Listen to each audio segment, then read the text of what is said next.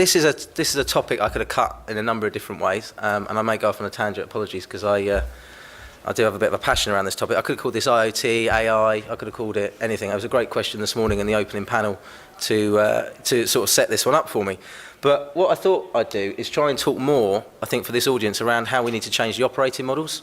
I forever listen at conferences to design and how we're going to design buildings better and how we're going to use better all sorts of different things, furniture, walls, lighting, that's great. But nobody is talking about how you're going to change the operating models to keep the standard of what was intended at design stage. So it's that whole post-occupancy conundrum. So I want to get into that. I also touch on well-being. I appreciate there's people much more qualified than I am to talk about well-being, but I think it's really interesting what that gives us as an opportunity as an industry to change how we talk to people, engage. And then finally, if we get time, then talking more into the barriers to change and why I think that we're struggling to make that adjustment. I should also make a quick caveat. I joined Capita in December, so I haven't been there long enough to know whether or not they agree with all my opinions. So please take what I say with a pinch of salt and don't quote it back to anybody else you might know at Capita. And also, I have not had enough experience in my career to date to know every single thing that goes on in FM. So this is just my opinion. Okay, thank you.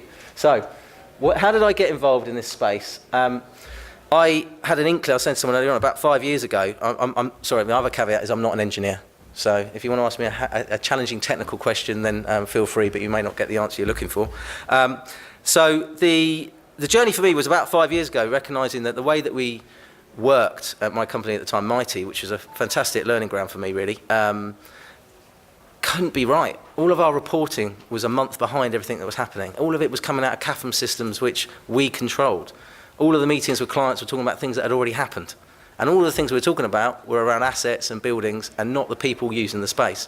And for someone that was non-technical and not from that environment, it just sort of blew my mind. So it started me thinking there must be a way of engaging with people better. And that sort of set me off on a random journey over about 3 years, which incorporated asset collections and really getting under the skin of for maintenance planning and all sorts of lovely things, which is quite useful now. But the other thing was getting into this world of energy and BMS and connecting to buildings and the data you can get from that. And using that as a springboard to do something completely different with Red Bull Racing, which I'm not here to talk to you about today, but we effectively were able to link human performance with building performance. And what I loved about that case study was by putting 400 IoT sensors in to measure things like air quality, light, humidity, things that we never measured live in our world before, we changed the conversations we had throughout that business. Because in an F1 racing company, they all know what they're there for.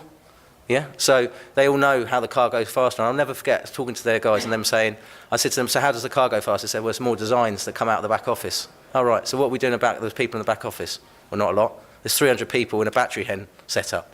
So do you see what I mean? It was a great exposure for me to say, well, actually, this is more than about smart buildings, intelligent buildings. This is about how you think about productivity of people, how you talk about user engagement, and how you change the game and how we communicate with people that use these buildings.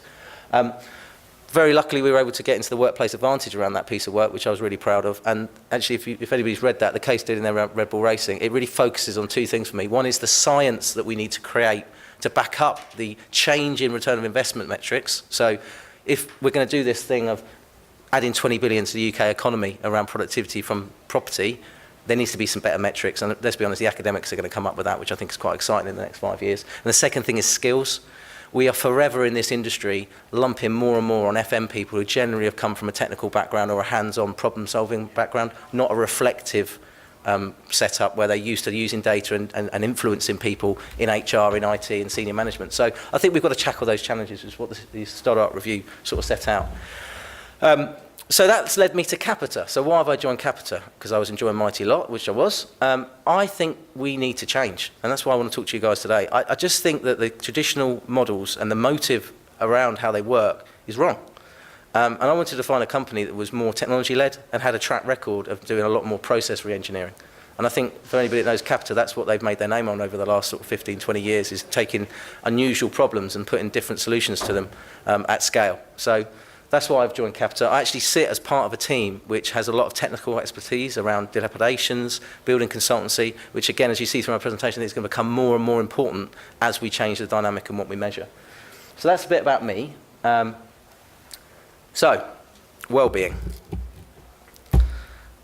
Has anybody heard of the Wellbeing standard? Yeah? You should do by now, it's everywhere. What I have taken from that, and it gives me great heart, is that we're now embarking on what I would call standardisation in this area. So we had it with SFG 20, which I'm going to come back to later, which is a maintenance standard, if anybody's not aware, I'm sure this room is, which standardised how you're going to procure and manage assets within, or plant and equipment within buildings. This wellbeing agenda, if we're going to get it to stick, which I think it will, because I think the health challenges around it will speak for themselves, it's almost a defensive message, we need to communicate with new measures. And I think that it's so simple. We have to start talking about things that the common person can understand. Most of the stuff that we deal with in our day-to-day basis, the reason why the boilers aren't running, has an output of people being too hot or too cold. Yeah? That is the biggest call to a help desk in all of our worlds, is too hot, too cold. And secondly, the thing that drives me mad, just to go on a slight tangent, is why are they telling us that now? We're in a world now where we should know if they're too hot or too cold. We have sat in this hole in FM of waiting for people to tell us when there's a problem. And as soon as that's happened, we're on this whole decline of satisfaction from a customer point of view. It's absolutely ridiculous. However, these 6 areas give us the opportunity to do something completely different and engage with the building users. So I think there's 2 things here for me. One is we need to measure this stuff in real time. There's no good doing an annual air quality sample. That's just not right. Buildings change. Every day you have a different number of people in them. Every day you have a different scenario going on outside. And I think that the fascinating competitive opportunity we've got, I was just talking to somebody earlier on, is if the air quality is crap outside, what is it like in your building? Because most buildings are just recycling air that are coming outside and putting it into the building. Surely you should know what the air quality is for your staff in some of these big cities. And surely we should be doing something from a technical point of view around ventilation to make that a better environment. Let's not be too aspirational about that productivity point at the moment. Let's just take away all the reasons why people are unsuccessful. And a big part of that is productivity, is air quality to start with.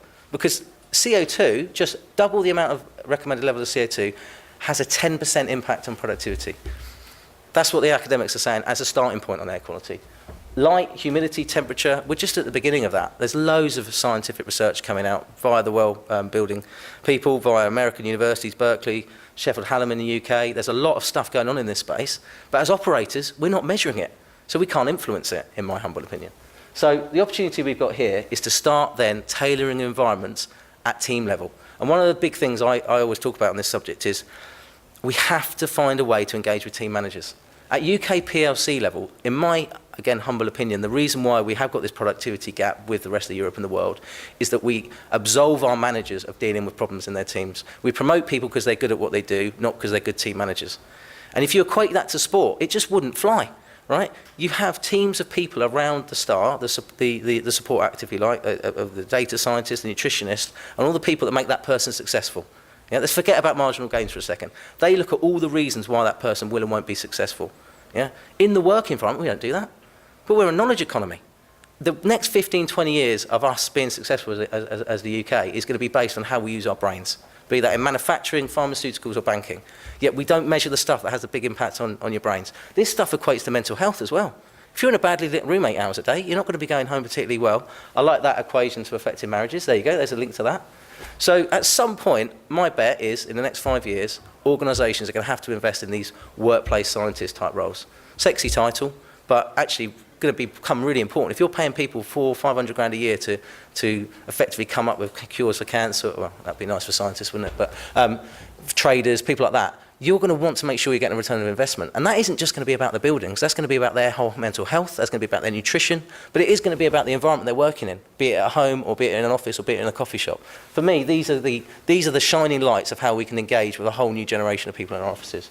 And the analogy that I liked, I've stolen this from the British Council of Offices Building Performance Report, which I hadn't actually read until someone pointed out to me, which is slightly embarrassing. But it is worth a read, actually, because I'm going to quote it a couple of times because I think it touches on some good points.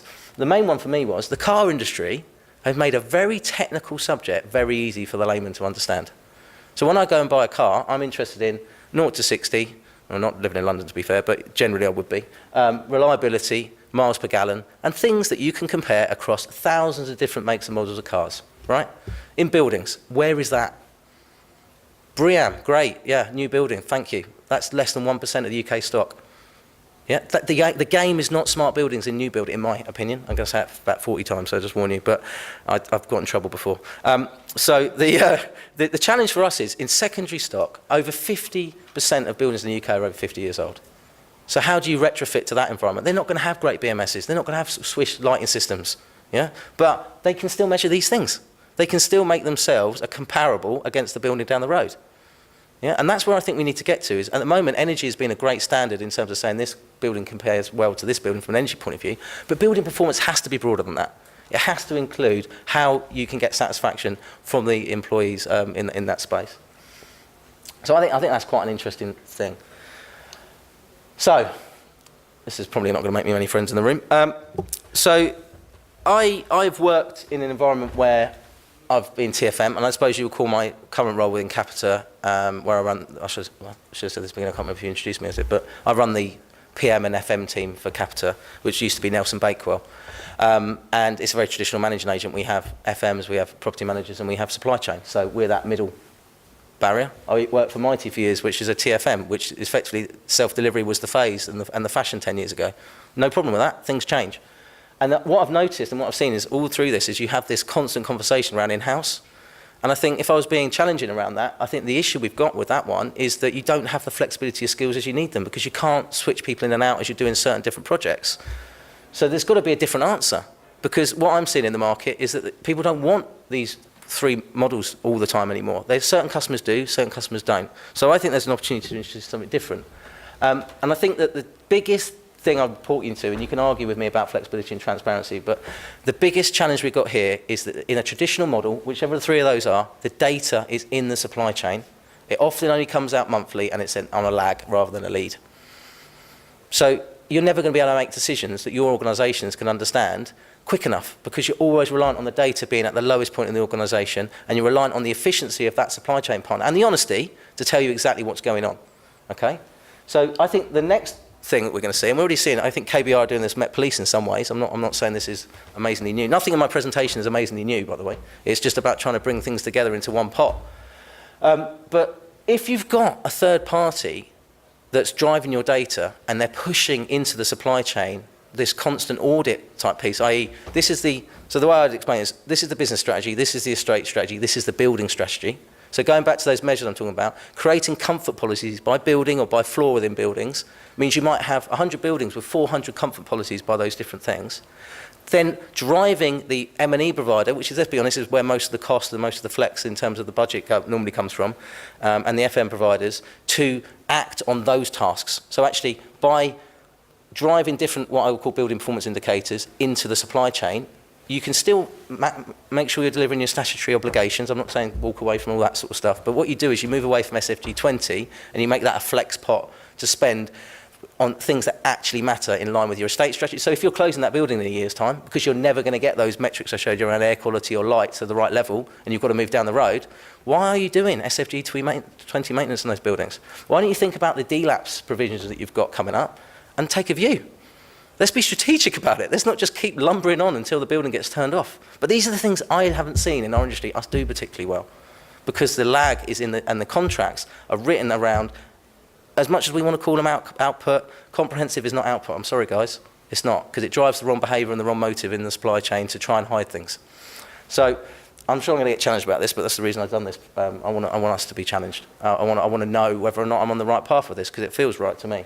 But I think the benefit of this is that you don't get that initial procurement-led spike where you've grind out a saving for year one because you've all pushed everything and the FM providers put a lot of stuff on the balance sheet, let's be honest, it all happens. And then year 2 and 3, things start creeping back up again because you're continuously reviewing the strategy of that building in line with how it's being used. And that should allow you to have an in-house team, a TFM model, or a highly managing agent version. It doesn't matter because your data effectively becomes a bolt-on to your organisation as a client.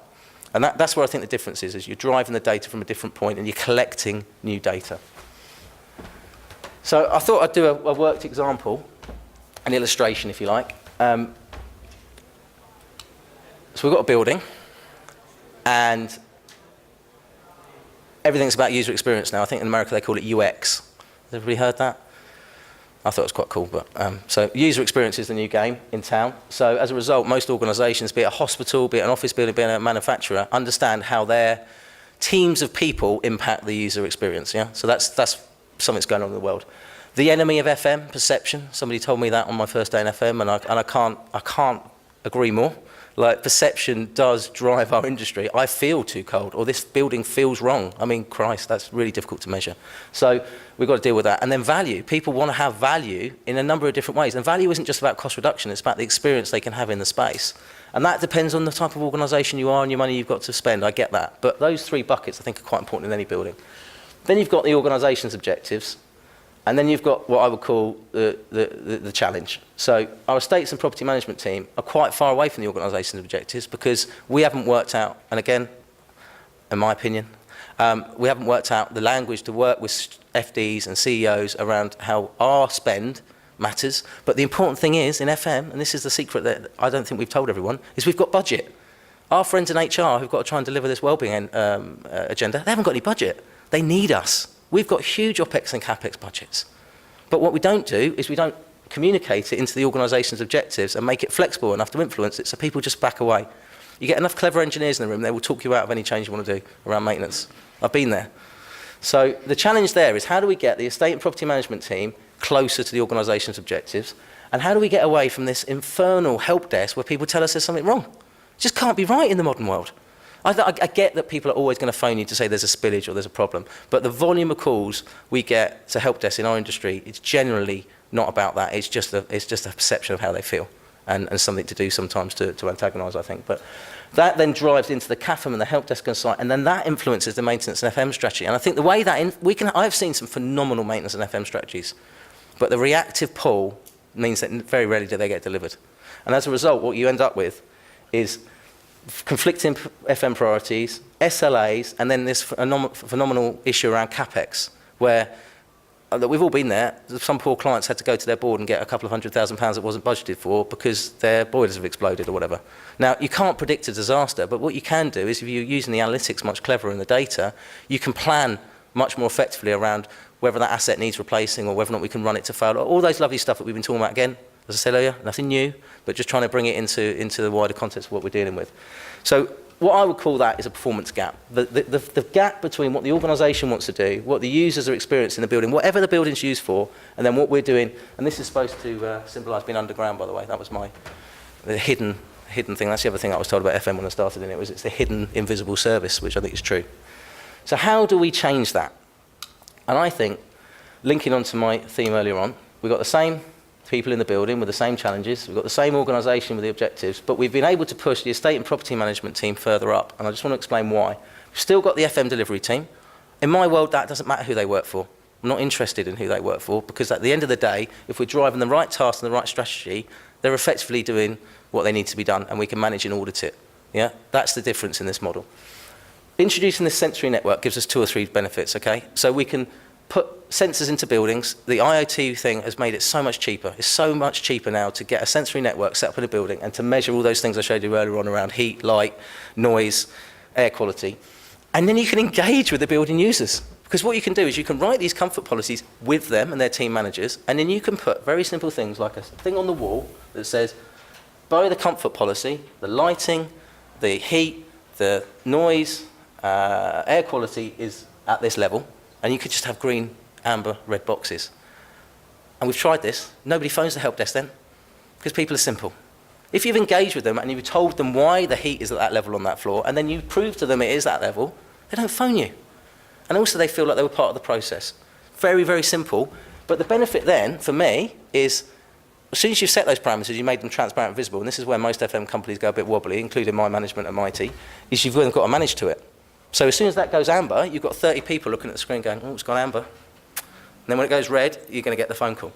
So the challenge then comes, how do you then solve that problem? And that's performance, guys, because then we've moved away from SLAs of, I've done it within a week, that was my SLA. Yeah, my SLA was to get it fixed in a week. Well, that's not, the user doesn't care about a week. You need to use your resources better to either educate them to say, actually, that's going to be orange for a week because I've got to go and get a part. No problem with that. That's you being proactive. Yeah? Or the other part of it is, how are you going to flex your resources to keep that green for the uptime level that it needs to be? But that gives us so many benefits, because as soon as we've got those measures, they're in language that people can understand, we can then analyse it and we can create rules and triggers. So again, your supply chain are still doing the work, they're still making their money, but they're being directed in line with the business strategy, because we've managed to push the estate and property management team further up the chain, because they're using analytics and data that the senior management team and organisations can understand.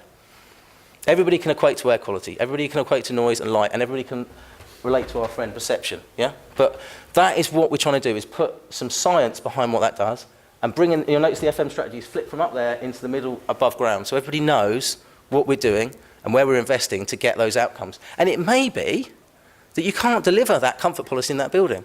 So that becomes part of your estate strategy, where you say, well, let's close this one, and let's move down the road where we can get to that level of building performance, which links back into this whole building performance piece. If people understood how different buildings performed, or more than just energy, it would be more of an open playing field to move your teams around and actually make the best use of your estate and the opportunities that are out there in the market. And I generally think that is the key, is how we drive tasks into the guys delivering the work will drive much more of a focus around reliability and an open playing field around, when you make that decision, this is the impact and a measurable that people can understand. So, what does this look like as a stepping stone approach, really? I think energy is our friend in this world, and I think that all our colleagues that work in energy have done a bloody good job establishing the principles of analytics. So we can connect to buildings via BMS, we can do remote optimization, and the kilowatt hour is our friend. That is the open playing field, if you like, level playing field in energy. It just drives easy ROI conversations, easy investment conversations. I think the first stepping stone for us as an industry is to move into this reliability box, where we are connecting to buildings where it's available. I appreciate not every building's got a sexy BMS, but there is technology, IoT, available that can give you the very similar output. Can't give you control, but give you visibility. Using the same principles of analytics and insight, you can either do remote monitoring or remote maintenance, which gives you a much better, closer control to lining up what I just talked about on the last slide, and allows you to do some sensible CapEx planning, which should come in there or thereabouts where we think it's, because we're moving away from what the age of the asset is in terms of on paper from install date to actual run hours on plant. So that's the first stage for me, is getting visibility around and reliability. The next stage is introducing these tailored environments and comfort policies, and actually creating the environmental conditions with people so that you can change the rules and triggers of work that gets done within the supply chain and within your own teams. And that's where the IoT becomes the enabler. So the first step for me, the enabler, is BMS. The next step is IoT. And when you've got that, you can move to a proactive FO model. Because effectively, you're on the button. You know, you've agreed what the rules of engagement are on that space. Everybody's then driving their focus on doing that from a CapEx and OpEx point of view.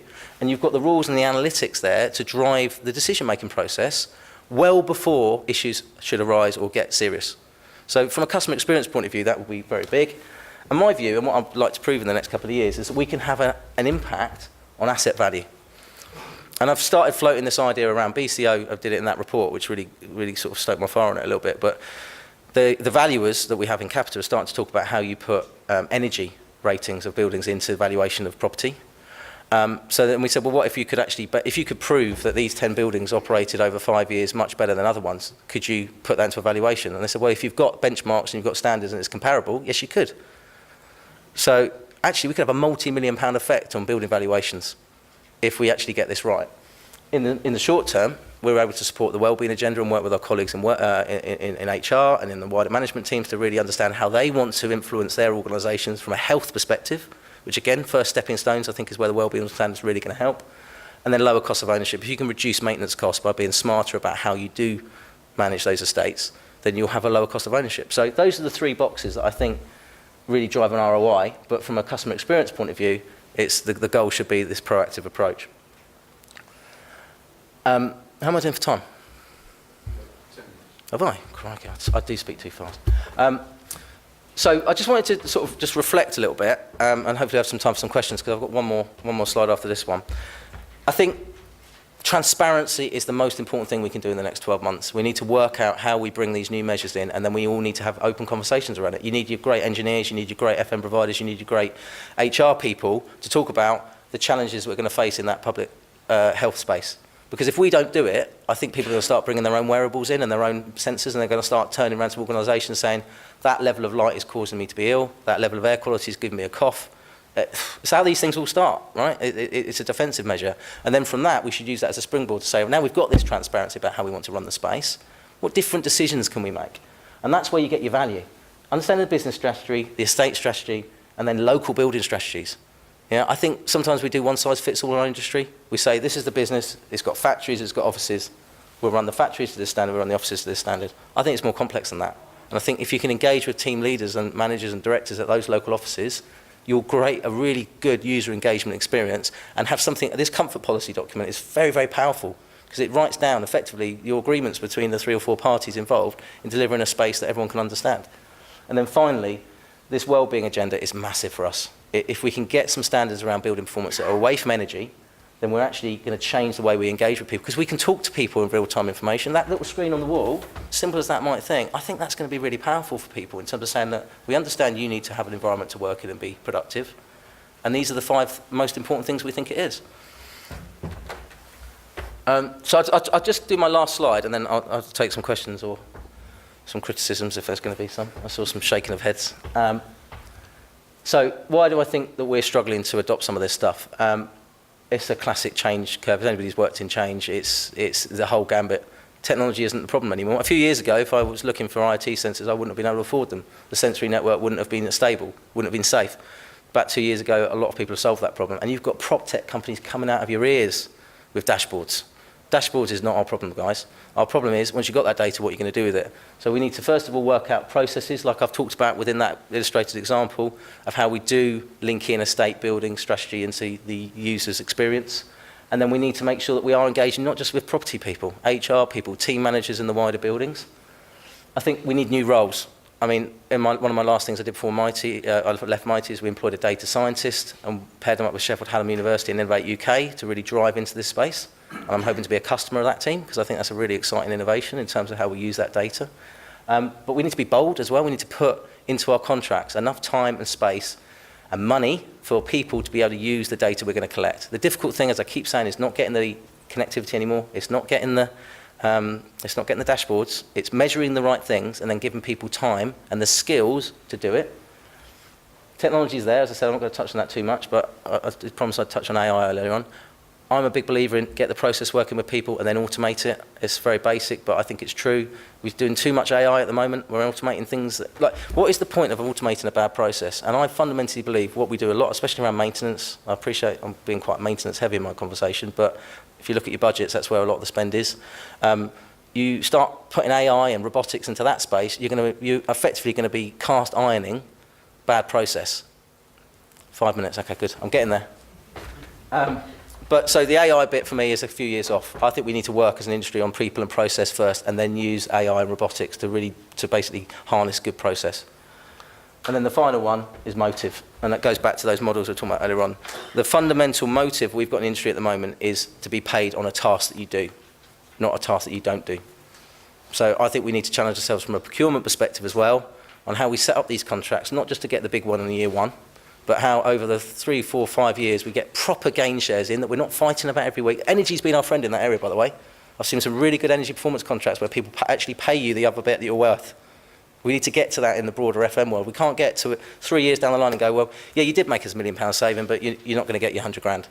That's wrong. The dynamics are wrong. We need to have an open playing field around gain share, and the motive has to be on long-term impact around the organisation strategy, and that will allow us to get closer to that business strategy by having a truly engaged supply chain and a truly engaged workforce that use our buildings. That's it from me.